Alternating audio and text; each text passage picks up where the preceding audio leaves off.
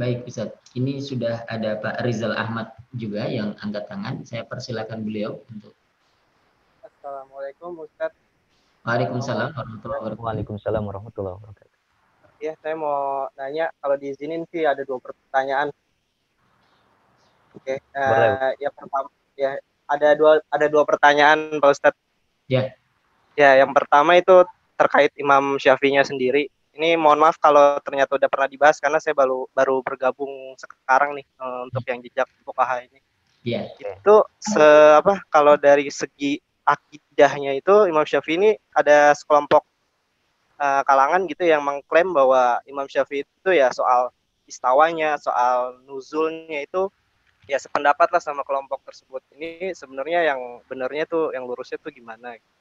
Terus yang kedua, soal qaul jadid sama qaul qadimnya Imam Syafi'i itu kadang ada gitu ya, imam mazhab seperti Imam Nawawi justru lebih memilih kepada qaul qadimnya Imam Syafi'i ketimbang qaul jadidnya. Itu kira-kira pertimbangan dasarnya tuh apa gitu? Kenapa nggak make qaul jadidnya aja gitu?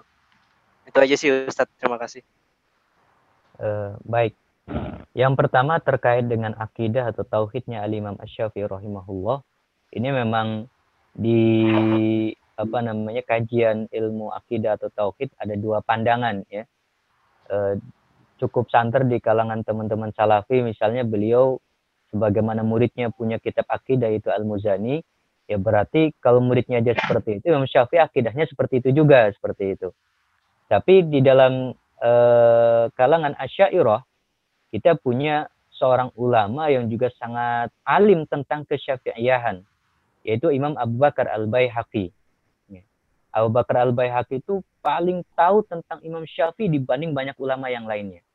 Sejarahnya Imam Syafi'i, fikihnya Imam Syafi'i, dalil-dalilnya Imam Syafi'i, maka beliau hampir semua karya yang ditulis itu seperti tentang Imam Syafi'i.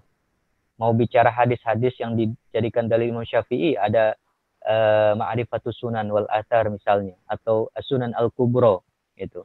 Mau bicara tentang usul fikihnya Syafi'i juga ada, beliau punya karya. Pokoknya tentang kesyafi'ian beliau adalah ahlinya.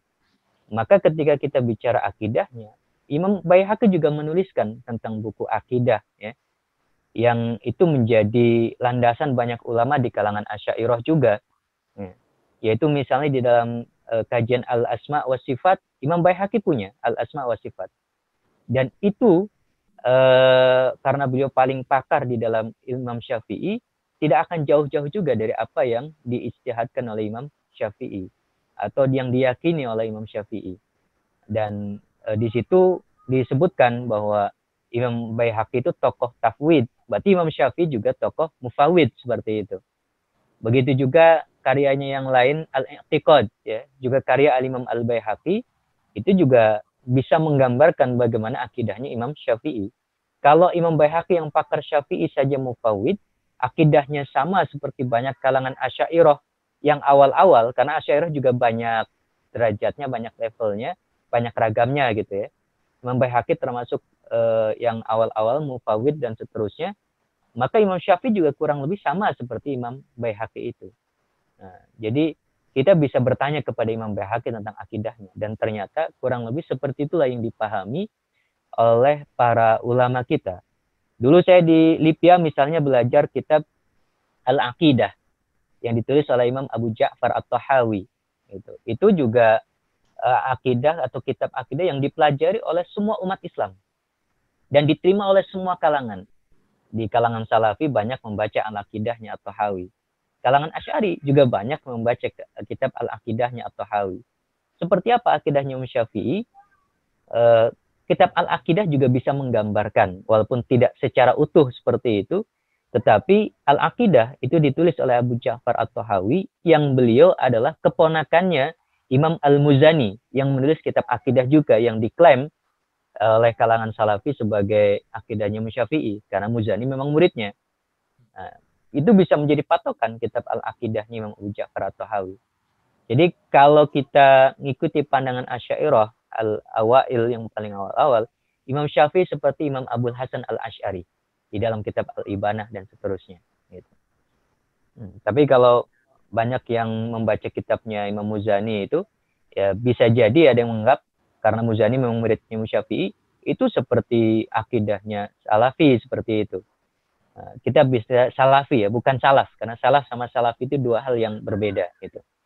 Ya, ini bagian daripada perbedaan pandangan yang memang sepertinya akan terus berlanjut, bukan hanya dari masa sekarang, dulu sudah ada dan ke depan itu akan terus menjadi satu perbincangan yang sebagai sebuah diskursus cukup menarik untuk kita ikuti, tetapi kalau sebagai sebuah keyakinan, tentu kita harus pilih mana yang kira-kira paling meyakinkan, kita harus membacanya, dan setelah kita punya keyakinan itu, kita tidak perlu terjun terlalu dalam di dalam perdebatan-perdebatan tersebut, karena biasanya malah tidak membuat kita semakin beriman gitu ya, tapi malah membuat kita semakin ragu-ragu di dalam hal keimanan-keimanan ini. Barangkali itu untuk jawaban yang pertama. Kemudian yang kedua terkait kaul qadim dan kaul jadid. Bukan hanya Imam Nawawi, banyak ulama sebelum Imam Nawawi juga sama yang lebih memilih kaul qadim daripada kaul jadidnya Imam Syafi'i. Gitu. Kenapa? Ya karena itu tadi, kaul hanyalah kaul. Kita bukan sedang berbicara tentang kita sebagai manusia biasa, awam kok bisa menyebut kaul hanyalah kaul.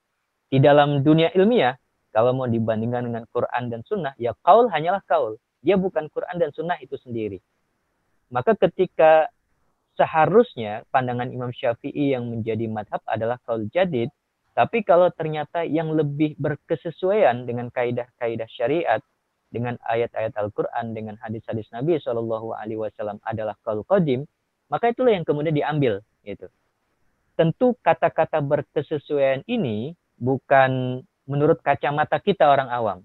Ini hadisnya begini, ini Qurannya begini, bukan. Berdasarkan hasil ijtihadnya para ulama Syafi'iyah juga.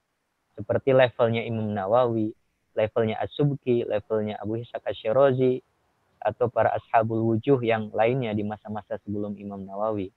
Dan setelah kita hitung misalnya, kita sensus lah katakanlah demikian, ternyata jumlah yang dipilih, kaul qadim yang dipilih untuk menjadi madhab, katakanlah demikian, yang disepakati oleh banyak ulama Syafi'iyah tidak banyak. Tetap kaul jadid tetap jauh lebih banyak jumlahnya menjadi sebuah madhab atau menjadi sebuah pandangan otoritatif di dalam madhab Syafi'i. Sedangkan kaul qadim yang menjadi kaul, menjadi madhab ini jumlahnya sangat amat terbatas. Sangat amat terbatas. Kalau ditambah dengan pandangan-pandangan personal masing-masing ulama di dalam madhab, memang akan menjadi bertambah. Tapi walaupun bertambah juga tidak banyak. Nah, nanti yang personal-personal ini namanya bukan madhab, tapi ikhtiyari. Atau ikhtiaratnya masing-masing ulama di dalam internal madhab Syafi'i. Nah, sekarang kita yang berada di bawah, pertanyaannya. Kalau misalnya madhab yang resmi mengatakan A, kemudian Imam Nawawi memisahkan diri di dalam satu kasus misalnya, punya ikhtiarat, punya pandangan personal, pribadi yang berbeda dengan madhab, kita pilih yang mana? Gitu. Kalau sebagai seorang mufti, maka kalau mau memfatwakan dan menisbatkan fatwa ini sebagai Syafi'i, haram hukumnya memfatwakan yang selain mu'tamad. Gitu. Kalau sebagai seorang mufti. Tapi kalau sebagai orang yang mau mengamalkan, kita bebas mengamalkan yang mana. Gitu. Mau mengamalkan pandangan pribadi masing-masing ulama itu, atau mau mengamalkan yang mu'tamad. Kalau kita yang di awam beneran ini, yang di bawah, ya paling utama sebenarnya karena peta kaul qadim, kaul jadid, peta mu'tamad dan tidak mu'tamad juga tidak terlalu kita pahami.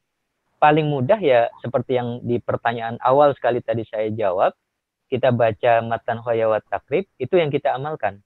Itu sudah selesai itu. Karena semuanya mu'tamad kecuali hanya 20 sampai 30 masalah saja, yang itu pun sudah dijelaskan oleh syarah-syarahnya di dalam Kifayatul Akhyar, Al-Iqna misalnya, atau Fathul Qarib, atau syarah-syarah yang lainnya seperti itu. Barangkali demikian pertanyaan yang kedua. Terima kasih Ustaz Tomo. Wa'alaikum. Ya, terima kasih Pak Rizal Ahmad atas pertanyaannya, juga menjadi tambahan faedah kita dalam kajian kita pada pagi hari ini.